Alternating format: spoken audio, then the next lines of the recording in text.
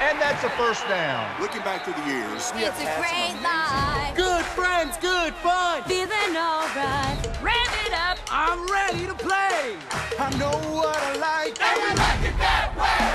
Jack's hamburgers, they go fresh. So good, good, good. You go back, back, back. Jack, Jack, Jack. For more, more, more.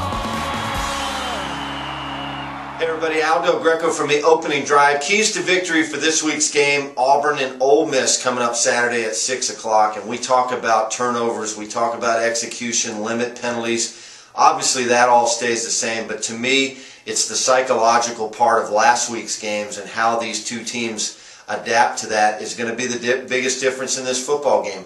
You got Auburn coming off a big loss to LSU. They were outplayed, basically physically manhandled in that second half of that football game. They saw a different speed at which the game is played. I think they can learn by that. How do they adapt? Coach Chizik's done a great job in his tenure at Auburn, getting them to be ready to play game by game. I think he does a great job as well. Ole Miss, on the other hand, they played Arkansas very, very tough, came away with a hard-fought loss.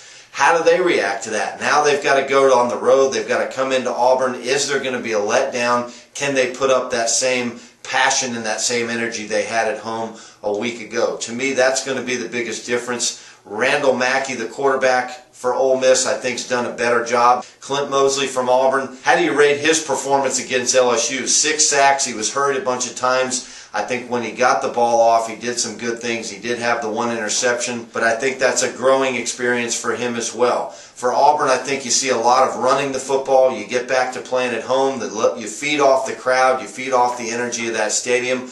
A lot of Michael Dyer, a lot of Ontario McCaleb, Trey Mason, hopefully his hamstring's better. And then the return of Emory Blake. I think all Auburn fans have been waiting for Emory to get back. I think that would be a big plus for the passing game as well. But they've got to play better. They've got to do better things from the receiver position.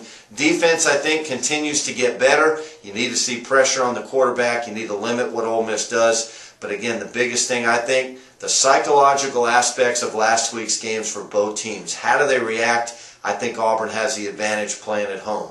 That's this week's Keys to Victory. I'm Aldo Greco, the opening drive. Tune in every day, Monday through Friday, 6 to 10 a.m. with Jay Barker and Tony Curry. We look forward to seeing you next week.